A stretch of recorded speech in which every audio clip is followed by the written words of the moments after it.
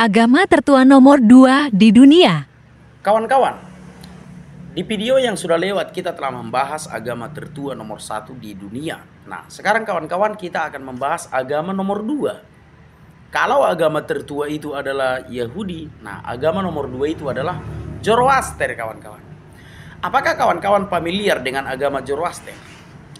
Nah, kalau kawan-kawan itu berada di Indonesia tentu saja tidak terlalu familiar ya. Tetapi kawan-kawan boleh pelajari agama Zoroaster. Nah, agar kawan-kawan mengetahuinya. Baik, sekarang aku akan membahasnya. Agama Zoroaster ini pernah eksis di dunia dan sampai sekarang masih eksis. Keberadaan mereka ini dicatat oleh sejarah pada tahun 500 sebelum Masehi. Jadi abad ke-5 sebelum Masehi, kawan-kawan ya. Disitulah agama Zoroaster ini banyak pengikutnya di Persia. Kalau sekarang kan Iran. Dulu kan Iran itu Persia. Nah, lalu dari manakah berakar agama Zoroaster ini? Kawan-kawan, agama Zoroaster ini berasal dari Yahudi. Loh, kok bisa Nabatang? Tapi agama Yahudi hanya dianut oleh orang Yahudi.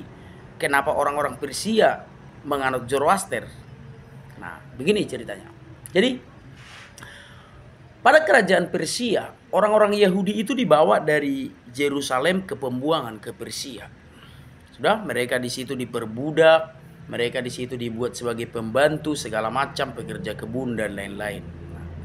Lalu ada satu orang yang berpengaruh di kerajaan Persia, satu orang tokoh yang sangat berpengaruh di kerajaan Persia. Dia cemburu melihat orang-orang Yahudi yang ada di Persia itu. Karena orang-orang Yahudi itu kecerdasannya itu di atas rata-rata orang-orang Persia. Nah, lalu satu orang tokoh orang Persia ini hendak membinasakan atau membunuh semua orang-orang Yahudi di Persia. Lalu dia mengatur satu siasat, memberikannya kepada kaisar atau kepada raja yang pada waktu itu nota-nota keberatan lah atau tuntutan-tuntutan lah agar raja itu membinasakan orang-orang Yahudi. Gitu ya. Nah, tetapi apakah dia berhasil? Dia tidak berhasil, kawan-kawan. Bahkan sebaliknya, kedudukan orang Israel yang ada di Persia ini malah diperhitungkan dan mereka mendapat hak yang sama seperti orang-orang pribumi, orang-orang Persia. Bahkan mereka statusnya dari budak sudah dicabut. Artinya mereka menjadi warga negara yang sama. Tidak ada lagi kasta budak, tidak ada lagi kasta pembantu. Nah, karena demikian halnya, maka orang-orang Persia bergaul dengan orang-orang Yahudi. Nah, setelah mereka bergaul dan terjadi juga perkawinan, laki-lakinya orang Persia, perempuannya orang Yahudi, atau laki-lakinya orang Yahudi, perempuannya orang Persia. Mereka hidup bermasyarakat, bergabung. Nah, pada saat itulah orang-orang Persia melihat orang-orang Yahudi itu beribadah. Jadi peribadahan orang Yahudi di pembuangan itu sebenarnya hanya ada dua. Orang Yahudi yang ada di pembuangan kalau beribadah itu mereka menyanyi dan berdoa. Menyanyi dan berdoa, itu saja. Apakah mereka menyalakan kaki Dian dengan 7 lilin yang banyak? Enggak ada. Karena di pembuangan itu adalah masa-masa sulit. Namanya juga sedang ditawan, kan begitu. Nah, lalu orang Yahudi kalau beribadah ya berdoa dan menyanyi, ditiru sama orang Persia. Orang Persia ikut-ikutan agama orang Yahudi ini. Sementara orang Yahudi tidak pernah menjajakan agamanya kepada orang Persia karena agama Yahudi bukan agama misi. Paham ya? Tetapi orang Persia inilah yang tertarik dengan agama orang Yahudi ini. Lalu mereka menganut agama itu. Nah, tentu saja orang Yahudi menolak. Sebab agama Yahudi hanya boleh dianut oleh orang Yahudi.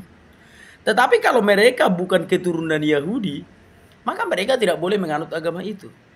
Tetapi apa boleh dibuat, kawan-kawan? Apakah Yahudi boleh melarang? Mereka nggak bisa melarang. Yang penting mereka tidak menjajakan agamanya. Tapi kalau melarang orang yang mempraktekkan agama itu tentu saja mereka tidak bisa.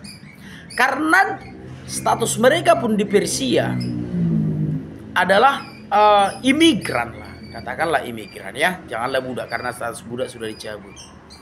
Nah, kawan-kawan, pada akhirnya orang-orang Persia yang mengikuti agama Yahudi ini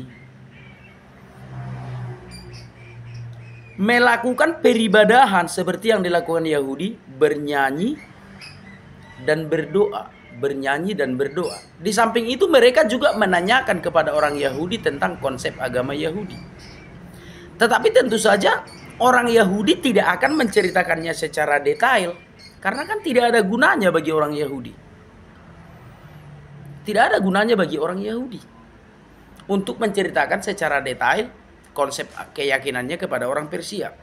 Yang diberitakan hanya secara garis besarnya saja, yaitu tentang Mesias yang akan membebaskan mereka dari perbudakan ini, yaitu tentang raja mereka yang akan datang dari surga dan mengembalikan negara mereka seperti sedia kala. Hanya itu yang mereka beritahu, garis besarnya saja. Karena di pembuangan itulah orang-orang Yahudi berteriak menanti-nantikan kedatangan Mesias itu. Jadi apa yang diketahui orang Persia tentang agama Yahudi hanya sebatas Mesias saja. Hanya sebatas Mesias, raja orang Yahudi yang akan datang, yang akan lahir. Nah, lalu orang-orang Persia menanyakan di mana mereka lahir. Lalu orang-orang Yahudi mengatakan, ya kalau soal kelahirannya itu memang dikatakan di Bethlehem, di Israel. Sementara Israel pada waktu itu sudah menjadi tempat sampah kan.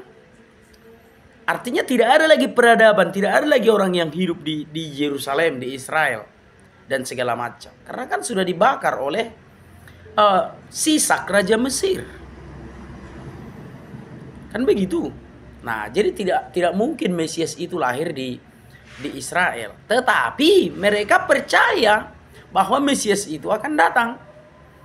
Nah, seiring berjalannya waktu kawan-kawan, akhirnya dengan pengalaman spiritual, orang-orang Persia yang sudah menganut agama Yahudi ini menamakan dirinya sebagai Zoroaster. Itulah agama mereka, agama Zoroaster. Nah, dan mereka memang tidak mengenal Tuhan yang disembah oleh orang Yahudi ini. Tetapi mereka percaya bahwa Mesias itu akan lahir, bahwa Mesias itu akan datang. Bahkan mereka tidak bisa memahami kalau Mesias itu adalah raja orang Yahudi. Yang hanya mereka ketahui adalah Mesias akan lahir dan akan memulihkan keadaan Israel. Itulah raja orang Yahudi. Dan sekitar abad kedua sebelum Masehi, para tokoh-tokoh agama Zoroaster ini kawan-kawan berkumpul semua di Persia. Nah, setelah mereka berkumpul di Persia, dan kebetulan kerajaan Persia ini kan sudah hancur, sudah di bawah pemerintahan kerajaan Romawi. Tetapi agama ini kan masih ada sampai abad kedua sebelum Masehi. Lalu tokoh-tokoh agama mereka itu berangkat ke seluruh penjuru dunia. Karena sudah waktunya Mesias datang, sudah waktunya Mesias datang. Tokoh-tokoh agama mereka ini berangkat ke seluruh dunia mencari Mesias itu. Sampai sekarang mereka tidak pulang. Yang tinggal hanya jemaat-jemaatnya yang ada di Persia, menanti-nantikan kedatangan pemimpin-pemimpin mereka yang pergi mencari Mesias. Dan sampai sekarang tidak ada beritanya. Nah, jadi agama yang paling menyedihkan menurut aku adalah Zoroaster ini. Sudah doktrinnya hanya menumpang kepada Yahudi, tidak mengerti dasar-dasar agama Yahudi, menanti-nantikan Mesias yang dijanjikan oleh orang Yahudi, dan mereka pun tidak mengenal Mesias itu siapa. Dan tokoh-tokoh agama mereka itu pernah berkeliling dunia pada abad kedua sebelum Masehi untuk mencari Mesias, dan sampai sekarang tidak kembali lagi ke Persia. Nah, itulah agama Zoroaster, dan itu adalah agama tertua kedua di dunia. Setelah Yahudi, kita mengenal agama Zoroaster. Paham ya kawan-kawan ya? Jadi peribadahan Zoroaster hanya ada dua, yaitu bernyanyi dan berdoa. Bernyanyi dan berdoa, hanya itulah peribadahan mereka. Oke kawan-kawan, kita ketemu di video selanjutnya.